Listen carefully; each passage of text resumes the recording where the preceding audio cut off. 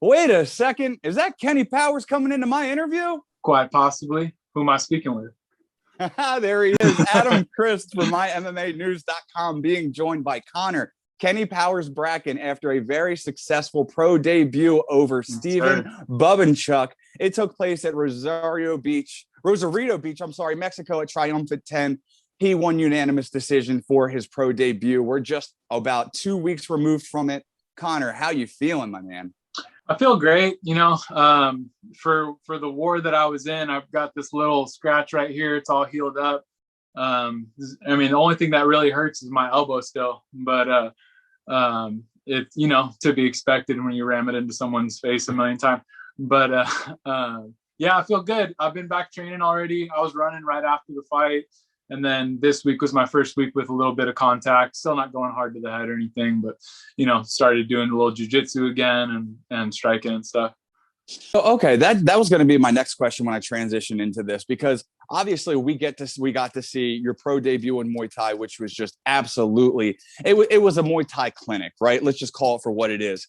But you do train in multiple, disciplines of multiple martial arts. What I was going to ask was, what's your story with martial arts?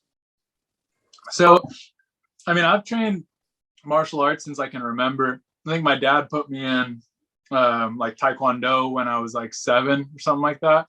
And then I've just always kind of done something. And then, I played some high school sports and took a little time off, but then I was always just getting in fights in the sports and in high school and shit. And my mom was like, all right, let's put him in something that he's not going to go get arrested doing. So I went and found an MMA gym first and was doing some Muay Thai. And I really liked the Muay Thai part of it. Not huge on the grappling. I'm getting more into it now, but Muay Thai is what kind of caught my heart. And so I went from there. I went to another Muay Thai gym, and that was back in 2010. And I've pretty much been training Muay Thai since then. Did a couple smokers when I was like 18, 19. And then I took some time to like go to school and stuff. So I wasn't totally focused on fighting, but when I went to school, I met up with Jongsanan, my trainer, who, one of the greatest Muay Thai fighters of all time. And he saw some potential in me and was like, all right, like, you want to do this? You want to fight? And I was like, yeah. And so we did some tournaments and stuff. And real quick, like that was only like 4 years ago. And here I am making my pro debut on Triumphant, which is dope. And yeah, those guys are hella cool. But yeah, that's how I got there. And then now with the pandemic, it was a lot of like trying to find people who are down to train and just doing whatever. And I had a lot of buddies who do MMA and who do the jiu-jitsu stuff. And so I was like, all right, they're training, I'm going to go train with them. So then I got more into the jiu-jitsu, and as I'm getting better, I'm kind of like starting to like it more, of course, because nobody likes to get their ass kicked every day.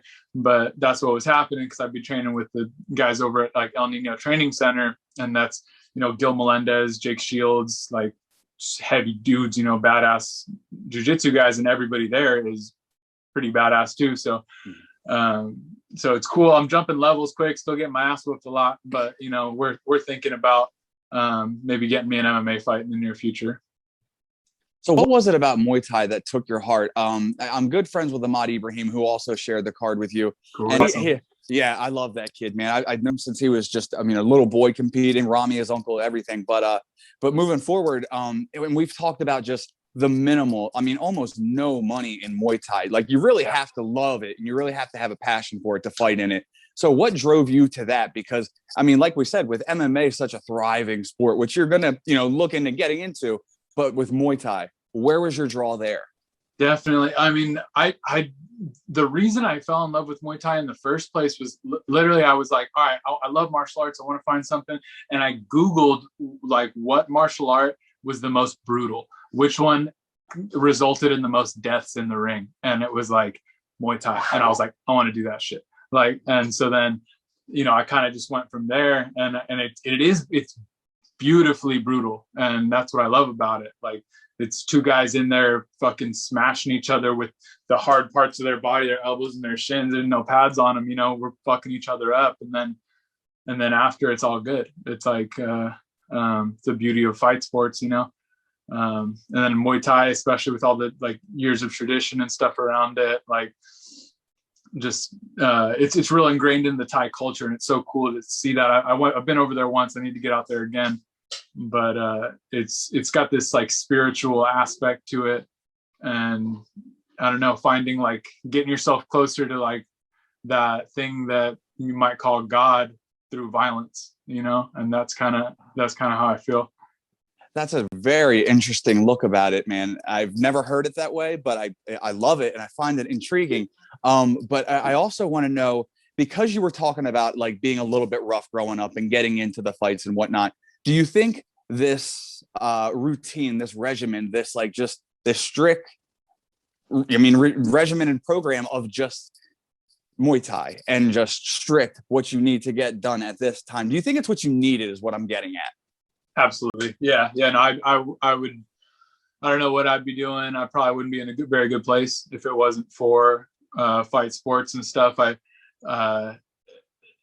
have had a little issues with like drugs and alcohol and stuff like that. So Muay Thai has been the only thing that motivated me to not do it. You know, like there's plenty of people and I love my family and stuff and I want to be healthy for them, but it's like, it wasn't until I started fighting that I was like alcohol doesn't even sound good to me anymore. Like if I drink this beer, I'm less of the fighter than I could be, you know, and because that's the ultimate high, you know. I've never been higher than getting in the ring and just like this last fight with me and Bobinchuck, that was, you know, I felt amazing. I was completely out of body, you know, and I wouldn't have been able to do that if I wasn't sticking to that schedule, that regimen, like you said.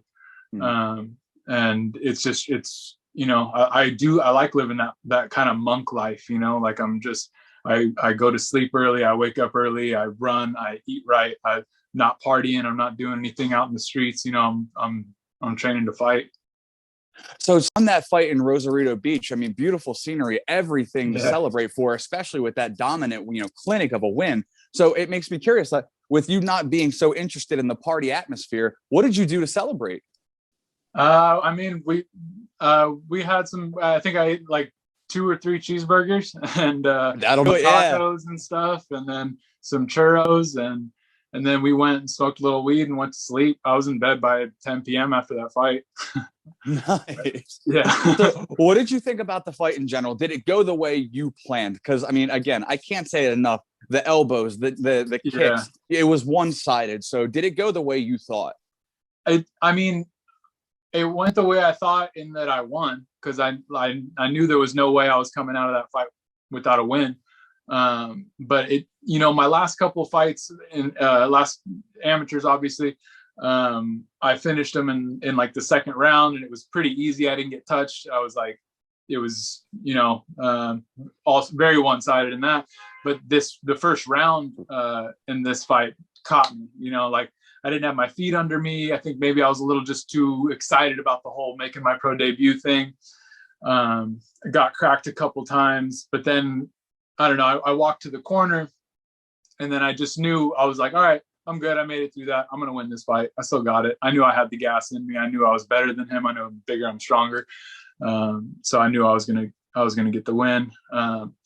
We wanted to do it with a little more boxing and finesse and leg kicks and stuff, which is what I normally do in fights. But then I felt that elbow land, and I mean, after the first round too, I saw how cut up he was, and I was like, all right, I'm going to go back to that well over and over and over and over. So that's what I did. And I mean, I couldn't believe he was still standing, but we were just, you know, we're throwing, and it was dope. And I first time I got to throw elbows without pads, and I really wanted to keep doing it. It was a lot of fun. So when are you looking to get back in there again? As soon as possible. As soon as somebody will have me. You know, I'm staying in shape right now. I'm still running, still training. I did a little podcast with the Triumphant guys after. I don't think it's been released yet, but we just talked the fight and stuff, and I was like kind of selling myself the whole time, like, yeah, I'm ready to go. Like, I know you guys got that Miami card coming up. Like, let me know. And Jeff was kind of like, oh, I don't know. Like, you know, we're trying to get everybody fights and everything. And I was like, all right. And he was kind of like, you know, chill out for a little bit. Like, we'll get you on the next one after. So I think the next one after they're going to try to do in July. And that would be back in Rosarito too. So more than happy to go back down there. Are you interested in fielding fights now that you're getting a glimpse of the ground? And when can we look to see maybe a transition into MMA because you're training with it? Yeah. So I'm kind of, I want to get more experience on the ground and stuff. Yeah. Like I stopped the grappling about 3 weeks out. Well, I wasn't grappling nearly as much throughout the whole fight camp, obviously, because I'm fighting a Muay Thai fight, but I was still doing like one day here, one day there. So I wasn't like full on training. Now I'm getting back to that. And I'm going to kind of leave it up to the coaches over there when they think I'm ready. They have a good eye for it. Obviously, they're both UFC vets over there, and then you've got some like everyone's fought pro MMA that's teaching the jiu-jitsu and stuff, so they can see when you're good to go for that. So I'm gonna kind of leave that up to them. If I've actually kind of always got hit up for MMA fights because they just like to see big guys beat the fuck out of each other, which who doesn't, I like doing it. I would like to do probably at least one more Muay Thai fight. And then after, if the training's going good, do some MMA maybe in next year. So my next question is obviously with our intro, we talked about it. Obviously I have to talk about it now with the blonde mullet, the character stick of Kenny Powers, man. Yeah. I love it. I love Eastbound and Down. I love Kenny Powers, the whole spiel. It's what got me at first when I was watching and I was covering Triumphant. And then as I told you, I heard Kenny Powers. And then I look and I see the glasses and I see the blonde mullet and everything. It stuck out. And dude, it's those things that stick out to people and they remember your name and stuff like that. So where did you come up with this shtick? I mean, I love Eastbound and Down too, obviously. I mean, I'm Kenny Powers, but like, I've just always kind of like honestly, it was Johnson on my coach one day because I had the mullet for a little while. And then he him and I were getting closer and stuff. And like, just the shit that I say, he was like, you're Kenny Powers. And I was like, fuck, I love Kenny Powers. Like, and so then we were like, that's it. And he actually gave me these shorts. He's like Fairtex shorts, the pink and greens. I'm sure you've seen them, but they have like Kenny Powers on the shorts. And that was it. That's my nickname. But, I've always kind of had that persona of like, it's kind of because like when I'm going to fight, I'm like, hey, motherfucker, everybody look at me. Like, this is about to be dope. You want to see this shit. Like, very Kenny Powers-esque, but it's kind of like, I'm not always like that. Like, if you see me out in the streets and they're like, oh, what up? I'm like, hey, but like, but if I'm about to fight, I want everybody to watch because that's why I like doing it. I like being the center of attention when I'm going to go do some dope shit. And if I'm fighting, it's going to be dope. How much attention have you gotten from the Kenny Powers shtick? I mean, you obviously hit me up right away. And then I had, when I was out in Rosarito, it was like all the Mexican locals, like they were like, hey, Kenny Powers. Like, I'm like walking around to get some food or whatever. And like, everybody's like shouting Kenny Powers at me and stuff. It was dope. So, I mean, that's cool. And then like I'm getting some more followers and stuff, and people will be sending me gifts and stuff like of Kenny and all that, like hitting me with lines and stuff. It's pretty funny. Has this shtick made its way to Danny McBride yet? Because that has to be an end goal, right? Man, I hope so. I hope so. I hope Danny digs it, and I hope I don't get a cease and desist from HBO or something. But yeah, no, that would be dope if I could get a shout out from Danny McBride. That'd be sick. And going forward with that, just with the mullet and everything, that shirt, that tank top right there, you got to show everybody, because if I've ever seen a walkout shirt or a fighter shirt, that is the shirt to have. That thing is insane, dude. So you say you're going to come out with more run of that shirt. So tell people where they can get a hold of it. At Bick and Brack, Bicken, Brack, Brack. For now, I've been selling them on there. It's getting kind of hectic on there because like hell, people have been hitting me up for them. So we're thinking about making a website, but obviously I'll throw that link up in the bio when that happens. And then we'll be doing another run soon. I printed like 100 of these things the first time around, and they just were like gone like that. And then everyone's like, "Where?" Like, I was trying to buy one, and I'm like, "Oh, okay. Like, let me fight first, and then I'll get everybody." everybody their shirts. But yeah, so yeah, hit me up on Instagram. I'll be posting when we're doing the shirts again. And now that you've gotten that win under your belt, your pro debut win, now you're a professional, and you went from, like you said, a little bit of the rough background to now professionally fighting, to being, I mean, almost a role model. I mean, right? Because I mean, you're going to have a bunch of people watching you, following your footsteps. It is what it is. How does that feel, just as a man growing into those shoes? I mean, honestly, I haven't even really thought of it like that. It's cool though. I mean, I guess I got to start being more of a role model. Well, you are who you are, and that's what sells. Yeah. So, you know. Yeah. I mean, I am who I am. But I like to think of myself as a role model in the gym, maybe, like the people coming up and stuff. Like, if you want to be able to do what I do, go work as hard as I do, you know? So people keep asking me like, oh, how'd you have that cardio? How'd you do that? And I was like, I fucking ran 8 miles every day. You know, it's no secrets. Like I worked hard, you know? And if people want to look up to me, I hope that's what they take from it, is work your ass off and go out there and perform. Conor, I appreciate your time, man. I look forward to talking to you in the future. Again, as soon as that shirt drops, I am going to be throwing it in my cart and purchasing. I want to talk in the future for some of your upcoming fights, man. And again, I appreciate your time. Congratulations on your pro win. Thank you so much. Y'all, hit you up. There he goes, Conor. Kenny Powers Bracken. He defeated Stephen Bobinchuck at Triumphant 10 via unanimous decision a couple weeks ago in Rosarito Beach, Mexico. We look forward to seeing my man Conor in the future, because Kenny Powers is here to stay, and he has a lot more in him.